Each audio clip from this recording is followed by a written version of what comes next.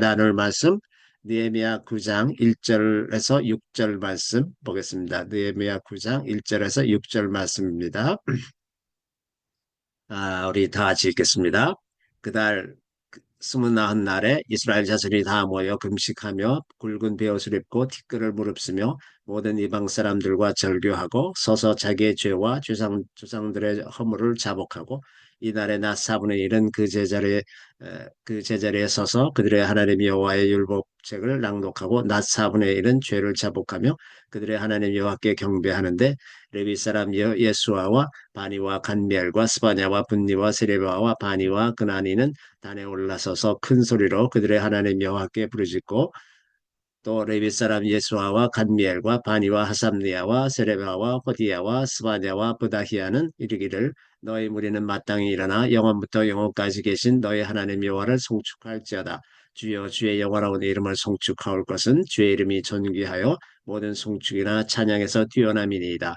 오직 주는 여호와라. 하늘과 하늘들의 하늘과 이월 성신과 땅 위의 만물과 바다와 그 가운데 모든 것을 지으시고 다 보존하시오니 모든 천군이 주께 경배하나이다. 저는 오늘 이 말씀으로 부흥을 주소서라는 제목으로 잠시 말씀을 나누고자 합니다. 자, 이제 예루살렘 그 성벽이 이제 다 준공이 되고 나서 그 나팔절에 모이기 시작해서 이제 그 에스라에게 율법책을 가져오게 해서 낭독을 했더니 이제 그 말씀에 기록된 내용들이 너무 감동적이고 또 자기네가 정말 수고하고 많은 그 역경을 다 극복하면서 이 완성된 이것을 보고 아마도 아주 크게 그 하나님의 은혜에 감동을 받아서 그날 이제 많이 이제 울고 그랬는데 오늘은 성일이니까 기뻐해라. 그래서 이제 가서 또 맛있는 걸 다 서로 이웃들과 나누고 이제 이러면서 그날을 기념하기 시작해서 그 성경에 기록된 대로 이제 초막절을 지키게 되죠. 그래서 초막절을 7월 15일, 15일부터 이제 7일간 제사를 지내고 7일 동안 지내고 나서 8일째 되는 날, 8일째 되는 날이 이제 쉐미니 아짜렛이라 그래갖고 이제 새로 시작하는 거죠. 그 율법 토라 포션을 새로 시작하는. 그래서 어, 신명기의 마지막 장과 창세기 첫 장을 그날 같이 읽는 날입니다. 그래서 연결이 되게 이렇게 하는 날인데, 그래서 그것이 이제 23일이 되는데, 23일 날 쉐미니 아짜렛을 하고, 이제 그러니까 성경에 기록된 절기를 다 마치고 나서 그 다음 날, 이제 24일부터 이제 진짜 회개하는 성회가 아, 시작되는 거예요. 이게 참 놀라운 일입니다. 그렇게 지금 그 나팔절부터 이 저 쉐미니 아짜렛까지 다 했으면 벌써 23일을 지낸 건데, 23일을 지금 거의 매일 뭐 말씀 읽다시피 하고 말씀을 듣고 이제 해설을 듣고 이런 일이 이제 거의 한 달 가까이 계속되는데 그걸로 끝나질 않고 24일 날 다시 또 이제 모인 거예요. 다시 모여가지고 이제는 모여서 금식하며 굵은 베옷을 입고 티끌을 무릅쓰고 이제 완전히 회개하는 겁니다. 그죠? 느헤미야가 그냥 기도하면서 조상의 죄를 가볍게 회개했던 그런 수준이 아니라 이제는 그 아주 다 모여가지고 예루살렘에 다 모여서 다 굵은 베옷을 입고 이제 회개하는 표시죠. 굵은 베옷을 입고 이제 티끌을 뒤집어 쓰고 머리를 뒤집어 쓰고서 이제 진짜로 회개하기 시작하는 겁니다. 그러고서는 그동안에 한 20여일간 그 말씀을 계속 이제 읽다 보니까 하나님이 원하시는 것이 무엇인지를 이제 좀 깨닫기 시작했잖아요. 그래서 이제 몇 가지 아주 핵심적으로 자기네가 이건 바꿔야 되겠다, 회개해야 되겠다 하고 생각했던 게 아마 이제 이방 사람들하고 절교하는 것, 그다음에 자기의 죄와 조상들의 허물을 자복하는 것, 그 조상들의 죄까지 다 이제 회개를 하고 아, 그리고 이제 하나님께 경배하고 그러는데 낮 4분의 1, 그러니까 아마 한 3시간 정도는 그러니까 이게 또 가을철이니까 그리고 이제 거기에 위도상으로 보면 낮 시간이 한 12시간 된다고 이제 보는 게 맞을 것 같아요. 그러면 4분의 1은 3시간쯤 되지 않습니까? 그러니까 하루 3시간 정도는 율법책을 낭독을 하고 3시간은 회개를 하는 겁니다. 이거를 지금 계속 하는 거예요. 그리고 이제 하나님께 경배하고 그 레위 사람들은 이제 단위에 올라가서 큰 소리로 이제 민족을 대표해서 회개 기도를 하는 거죠. 큰 소리로 하나님께 부르짖고 이스라엘 백성들은 하나님을 찬양하라, 송축하라 이제 그런 얘기를 하고 있죠. 그러면서 이제 기도를 하는데 거기에 이제 그 6절, 오늘 본문의 6절에 보면 그 하나님을 어떻게 이해를 하고 있느냐, 어떤 하나님으로 인식하고 기도를 하느냐. 이것이 이제 제일 중요합니다. 우리가 기도할 때 하나님이 어떤 분이냐 하고 인식하고, 어떻게 인식하고 기도하느냐가 우리가 어떤 내용을 기도할까로 정하게 될 것이고, 하나님이 우리에게 어떤 식으로 응답하실 것도 정하는 그 범위가 되는 거죠. 그래서 우리가 어떤 하나님께 기도하는 거냐. 근데 이 사람들은 어떻게 어떤 하나님께 기도했냐? 여기 6절에 보면 오직 주는 여호와시라 하늘과 하늘들의 하늘과 일월 성신과 땅과 땅 위의 만물과 바다와 그 가운데 모든 것을 지으시고 모든 피조물을 다 지으셨다고 하는 거예요. 여기에 하늘과 하늘들의 하늘과 일월 성신, 여기 해와 달과 성신, 이거는 그냥 우리말로는 별처럼 되는데, 이게 이제 원문에서 히브리 원문에서 이렇게 좀 보면은 호스트, 그 그러니까 그 어, 영적인 존재들 중에서 계급이 높은 사람들 있잖아요. 높은 자들 있잖아요. 천사라든지 혹은 뭐 사탄 중에서 이제 계급이 높은 자들이라든지 정사와 권세와 공중 권세 잡은 자, 이런 것들이 이제 그런 계급들이죠. 이 호스트들입니다. 그러니까 눈에 보이지 않는 세상에 관한 것도 포함이 되는 거예요. 이 말에. 그러니까 하나님은 에, 보이지 않는 것과 보이는 모든 세계를 다 창조하신 하나님, 이 하나님이라고 생각하고 있는 거죠. 이것이 이제 우리의 기도가 돼야 되는 겁니다. 우리의 기도가 눈에 보이는 세계뿐만 아니라 눈에 보이지 않는 세계, 모든 세계를 창조하시고 주관하시는 분이야. 모든 것들 다 주관하시는 분. 자기가 창조하고 놓치는 것이 하나도 없어요. 다 자기 주관하에 있어요. 그러니까 모든 것이 다 하나님의 뜻대로 할 수 있는 그런 분이시다는 거예요. 그 하나님께 기도하는 거죠, 지금. 그리고 여기 이제 보존하시오니 이렇게 되어 있는데, 이 보존한다는 거는 그냥 킵한다는 정도가 아니라 생명을 준다는 뜻입니다. 이 히브리어에서 보면 하야, 생명을 준다는 거예요. 그러니까 이 모든 우리가 생각하기에 무생물 같은 것에서까지도 다 하나님께서 그 생명을 보존하는 그런 식으로 일하고 계시다고 하는 겁니다. 그래서 여기 이제 이 사람들이 이때 그 회개 기도를 하면서 어떤 기도를 드렸는지 이제 조금 간단하게 살펴보면, 맨 처음에 이제 그 밑에 7절부터 쭉 보면은, 맨 처음에 하나님께서 그 아브라함을 부르셔서 아브라함이라는 이름을 주시고 또 그 땅을 주시겠다고 하는 약속을 하셨다. 또 이스라엘 백성들의 애굽에서 고난을 당하는 것을 보고 그들을 기억하시고 그들을 이제 건지시기 시작해서 이적과 기사로 애굽을 치시고 또 바다를 가리시고 이스라엘은 무사히 통과했지만 애굽은 완전히 물에 다 던져버리셨다.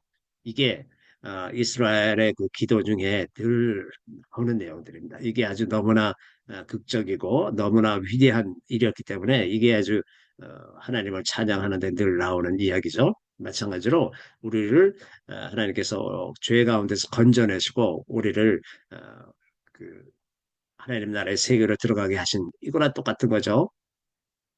그리고 하나님께서 이스라엘 백성들을 인도하실 때 구름 기둥과 불 기둥으로 인도하시고 시내산에서 언약을 정하셨어요. 근데 언약에 대해서 어떻게 표현하고 있냐면 그 이제 여기 13절에 내려가서 보면 정직한 규례, 정직한 규례와 진정한 율법과 선한 율례와 계명 이걸 주셨다고 이렇게 표현되어 있습니다. 자, 이런 표현이 그 성경 안에서 그렇게 많지가 않아요. 그러니까 지금 아, 이, 이, 이 수문학 광장에 모여서 이 집회를 할 때 사람들이 굉장히 은혜를 많이 받았어요. 그래서 이 말씀이 이런 말씀이었구나. 이 정직한 규례였구나. 우리가 그걸 모르고 그 말씀대로 살질 않아서 우리가 이 모양이 꼴이 됐구나 하는 걸 아주 절실하게 느끼니까 그 말씀이 정직한 규례고 진정한 율법이 되고 선한 율례. 이게 정말 이 말씀대로 살았어야 되는 거구나. 그리고 계명.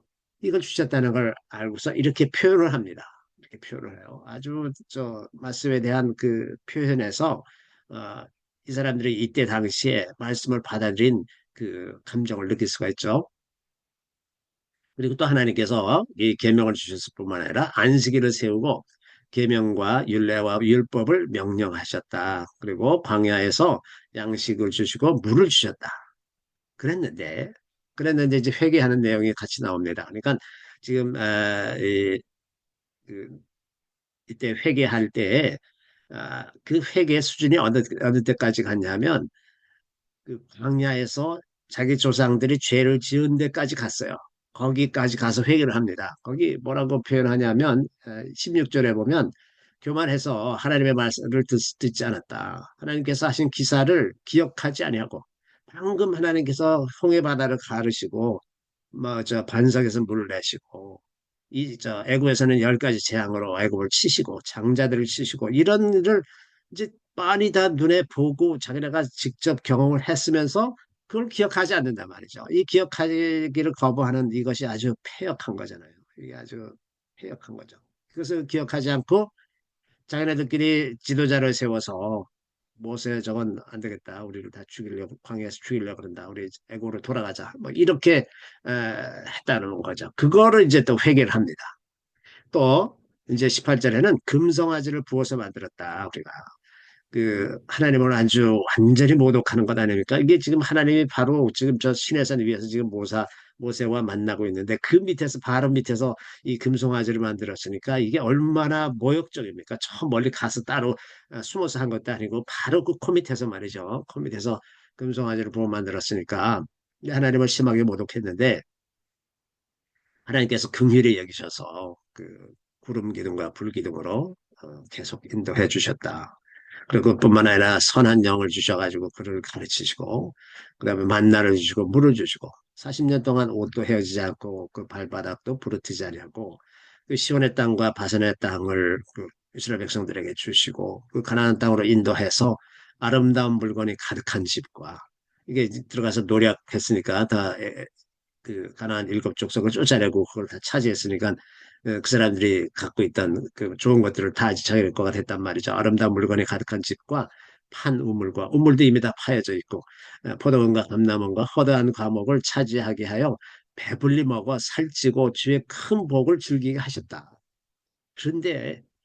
그런데 또 세 번째 회개하는 것이 순종하지 아니하고 거역했다. 많은 그 선지자들을 보내셔서 하나님께서 또 돌아오게 하시고 그러셨는데 그 말을 안 듣고 그래서 하나님이 할 수 없이 대적에게 넘기시고 아주 어려움을 겪게 하시고 그래서 또 부르짖으면 다시 또 긍휼히 여기셔서 건져주시고 이런 일을 했었습니다. 이걸 다 지금 회개를 하고 있는 겁니다. 그러고 나서 이제 건져주시니까 그다음에 다시 평안해진 다음에 다시 또 악을 행해서 그러면 하나님께서 다시 원수들의 손에 버려두셨다가 원수들의 지배를 받게 하고 그랬다가 부르짖으면 다시 또 긍휼을 베푸셔서 건져내시고 또 계명을 듣질 않는 거예요. 그래서 그 다시 주의 율법을 복종하게 하시려고 그들에게 경계하셨으나 그들이 교만하여 사람이 준행하면 그 가운데서 삶을 얻는 주의 계명을 듣지 아니하며 주의 규례를 범하여 고집하는 어깨를 내밀며 목을 굳게 하여 듣지 아니하였나이다. 여기 보면 하나님께서 왜 이 율법을 주셨나? 왜냐하면 그것을 준행하면 생명을 얻어 그 가운데서 삶을 얻는 생명을 얻는 그 계명이에요. 우리에게 생명을 주시기 위해서 그 계명을 주셨는데 그걸 안 들어 글쎄요. 이게 아주 굉장히 갑갑한데 그렇게 해왔다는 거죠. 그렇게 해왔어요. 이 그 사람이 준행하면 그 가운데서 삶을 얻는 주의 계명. 이게 이제 에스겔서에도 이 표현이 그대로 많이 나타납니다. 그러니까 이제 다 나라가 망하고 다 포로로 잡혀가고 아주 험하게 살아보니까 하나님께서 율법을 주신 그것이 얼마나 귀한 것이고 우리에게 생명을 주시기 위해서 그렇게 하신 것이구나 하는 걸 깨닫고 이제 이렇게 표현하기 시작하는 거죠. 그래서 이제 이렇게 기도합니다. 우리 하나님이여 광대하시고 능하시고 두려우시며 언약과 인자하심을 지키시는 하나님이여 우리와 우리 왕들과 방백들과 제사장들과 선지자들과 조상들과 주의 모든 백성이 아스르 왕들의 때로부터 오늘까지 당한 모든 환란을 이제 찾게 여기지 마옵소서. 이제는 그렇게 그 죄가 많으니까 그 좀 우리를 불쌍히 해달라 이렇게 지내면서 계속해서 죄를 져서 이방에게 넘겨지고 저 환란을 많이 당하고 그랬는데 아, 작게 여기지 마라 달라 이제 좀 그만 좀 했으면 좋겠다 이런 뜻이죠.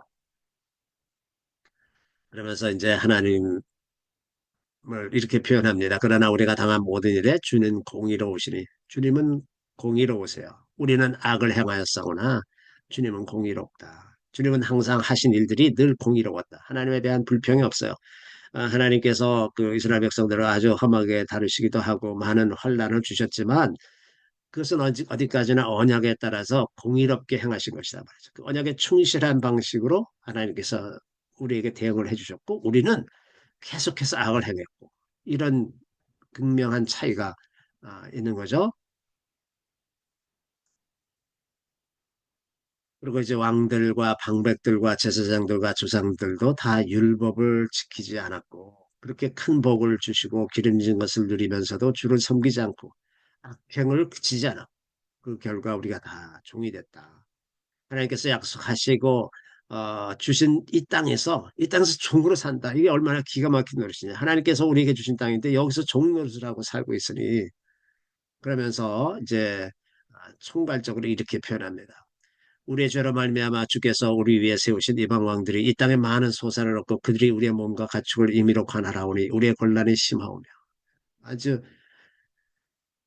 하나님께서 주신 땅에서 우리가 왜 노예 생활을 하며 또 여기서 나오는 소출은 다 저 이방 민족들이 다 가져가고 우리는 먹을 것도 없고 식량도 부족하고 아주 곤고한 생활을 하고 있다 이렇게 하소연하는 거죠.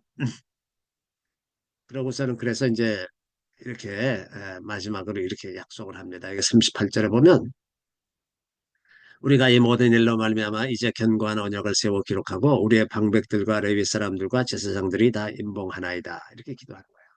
하나님, 우리가 앞으로 이렇게 하겠습니다. 라고, 이제 그 뒤에 이제 그 내용이 나오는데, 그것을 다 정하고서 사람들이 다 서명을 했어요. 우리 이렇게 지키겠습니다. 그러고서 그걸 임봉을 했어. 이거 너희들 다 서명했다. 이제 임봉을 했어요. 그러니까, 이제 10장에 들어가면, 실제로 우리가 어떻게 하겠다 하는 그 행동 강령 같은 것이 이제 나오는데, 이게 실질적으로 다 부흥이 일어난 겁니다. 부흥이 일어난 거죠.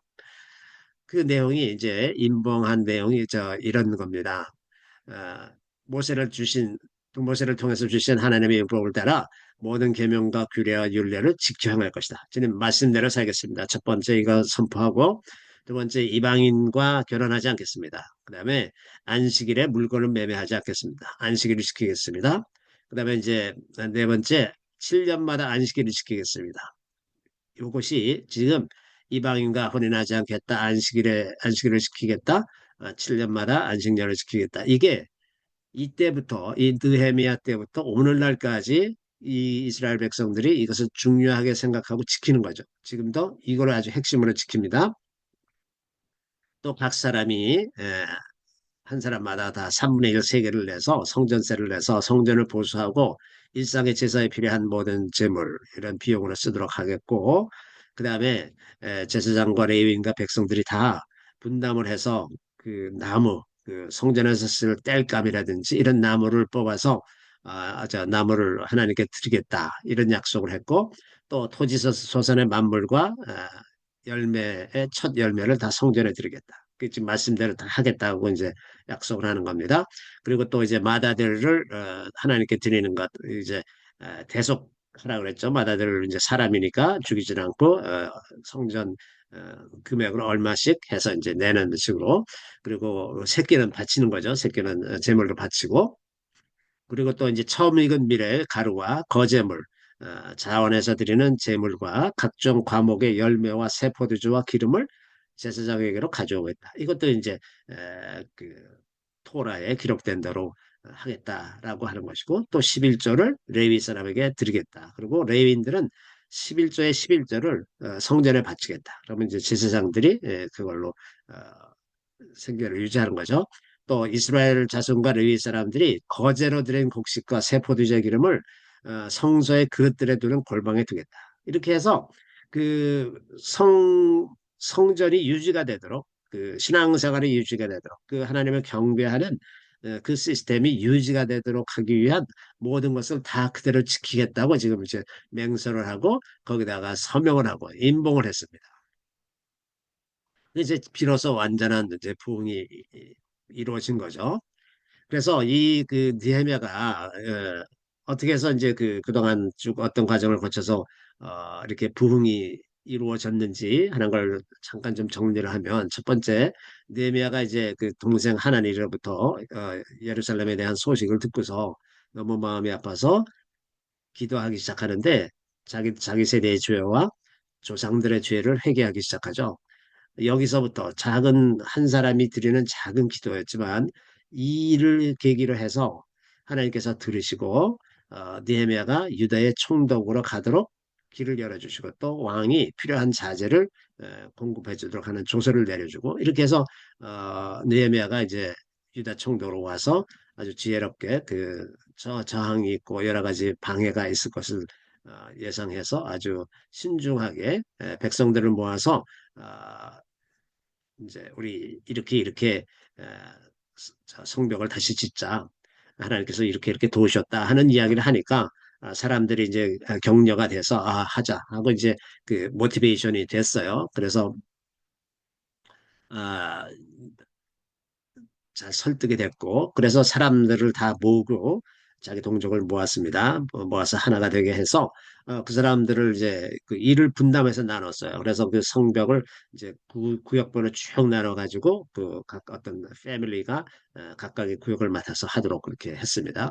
또 이제 많은 방해가 있었는데 그때마다 늘 기도하면서 분별을 해가면서 그들의 모략과 위협에 굴복하지 않고 백성들을 계속 설득하고 또 무장시키고 그래서 반은 지키고 반은 일하고 일하는 사람도 창을 들고서 일하고 이런 식으로 난관을 뚫고 나가는 거야. 아주 좌절하지 않고 계속해서 뚫고 나가고 그 내부에서도 이러다 우리 못한다, 우리는 힘이 다 빠졌다, 이제 이러는 것들을 이제 잘 설득하고 극복하고 또 그때 마치 흉년이 들어서 많은 가난한 사람들이 자기 논밭을 파고 자기 몸을 파는 지경에 이르니까 그 부자들을 다 모아놓고서 대회를 열고서 우리가 그 노예를 팔린 사람들을 우리가 애써서 돈을 모아가지고 사람들을 다시 사고 그랬는데 너희는 어떻게 자기 동족들을 노예를 삼고 있느냐 그러면서 야단을 치면서 그 사람들에게 다 이제 약속을 받아서 다 돌려주고 이렇게 해서 이제 다시 민족이 화합하도록 그렇게 하고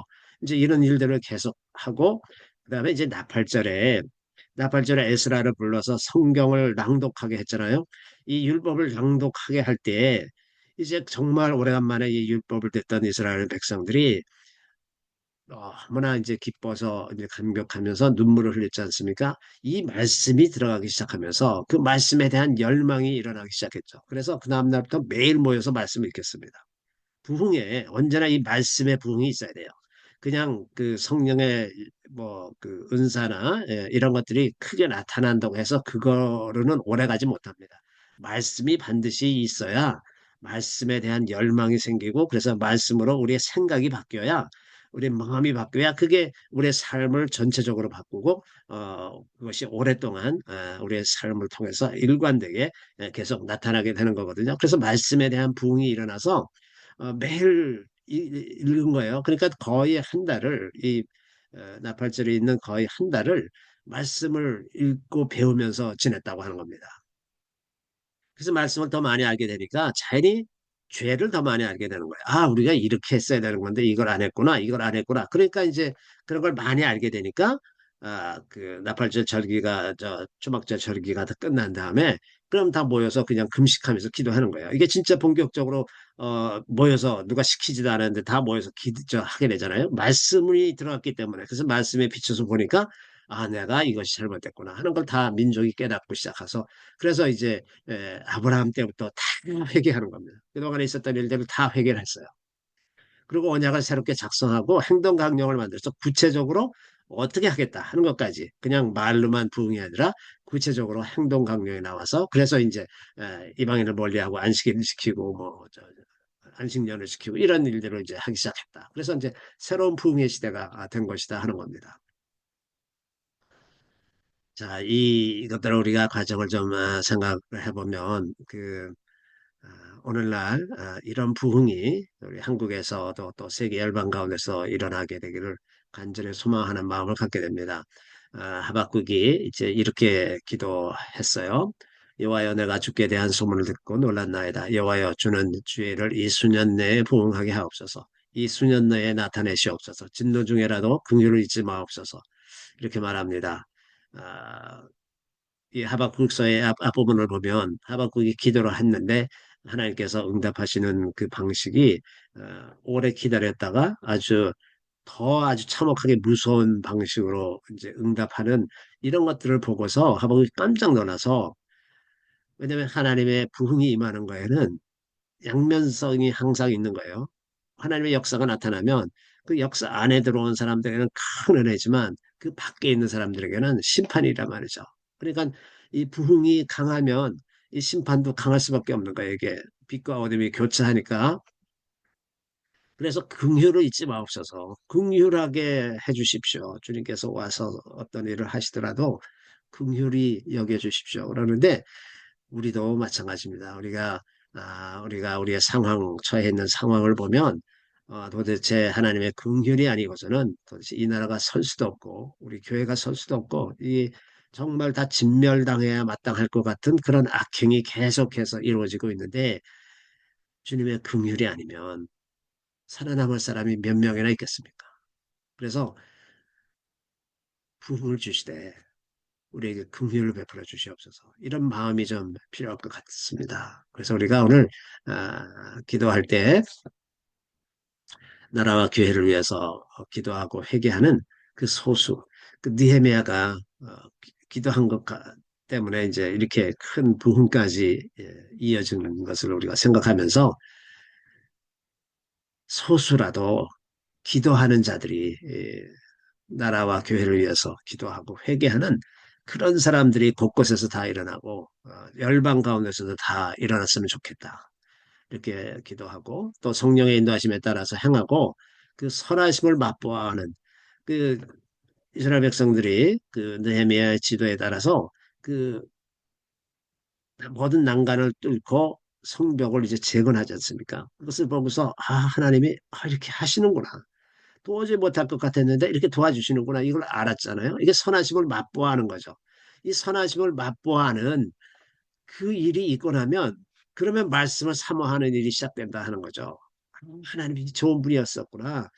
그 말씀을 사모하는 열망을 부어주시고 말씀을 가르칠 수 있는 교사들을 세워주시옵소서.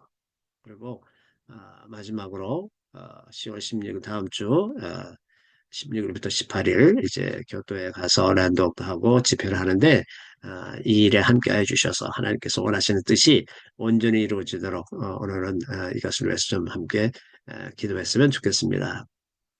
우리 다 같이 통성으로 기도하겠습니다.